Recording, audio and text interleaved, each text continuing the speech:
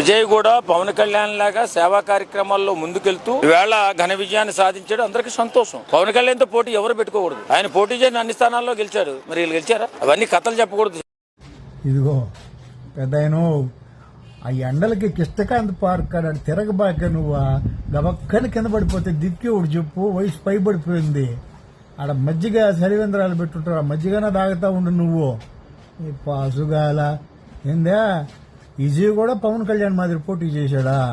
ఎట్టా పవన్ కళ్యాణ్ మాదిరి 21 సీట్లు తీసుకొని ఆ 4-5 పార్టీలు ఓట్లు కలిపి ఓట్లు వేస్తే గెలిచాడా? 21 దగ్గరలా మనకి 175 దగ్గర పోటీ చేసేదానికి దొమ్మకాయ లేక, పార్టీని నడిపే యంత్రాంగం లేక, 10 మందికి అన్నం పెట్టేటటువంటి స్తోమతుండే నాయకులు లేక, ఇవన్నీ నేను చెప్పలేదు లేక పవన్ కళ్యాణ్ చెప్పాడు.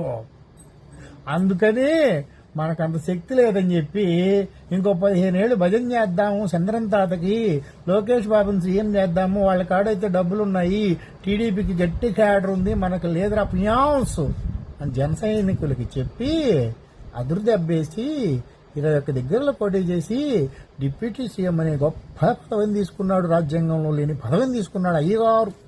సరేనా? విజయ్ ఏ పార్టీ అయినా జగనన్న అభిమానులు విజయ్ అభిమానులు ఉండొచ్చు, పవన్ కళ్యాణ్ అభిమానులు విజయ్ అభిమానులు ఉండొచ్చు. సరేనా? అసలు జనసేనలో జగనన్న అభిమానులు ఉండొచ్చు, జగనన్న అభిమానులు పవన్ కళ్యాణ్ అభిమానులు అయి ఉండొచ్చు. ఈయన నార్మల్ అమ్మా.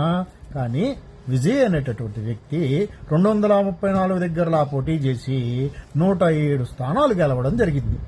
107, 108 ఒకటో ఇటు మనకి పూర్తిగా అంత దూరం పోలేదు తమిళనాడు రాజకీయాల్లో మీరు పోయినట్టు.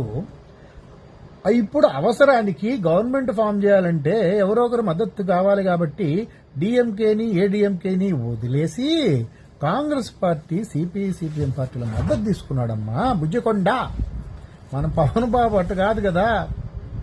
నేను అది సీఎంను కాను మొర్రోనని చెప్పుకున్నాడు. ఇప్పటికీ చెప్తా ఉన్నాడు. ఎండలో తిరగబాక గుడి చేసుకొని తిరుగు. అందరూ వానాకాలం గుడి చేసుకుంటున్నావు, ఎండాకాలం గుడి చేసుకొని తిరుగు, లేదంటే గుడి చేసుకొని పోతావు నువ్వు. సరేనా? అన్నట్టు మర్చిపోయా, ఆ పిల్లగాడు రావినూతల సునీలు, నువ్వు, ఆ అమ్మాయి అలంకృత, ఇంకో పెద్ద ఆయన ఒక ఆయన, ఇంకో పెద్ద ఒక ఆమె వీడియోలు బాగా చేస్తూ ఉన్నారు. మాకు ముచ్చటేసి ఆ వీడియోలన్నీ దాచిపెట్టుకుంటా ఉన్నాం. సరేనా? మీకు సన్మానం చేయాల. సన్మానం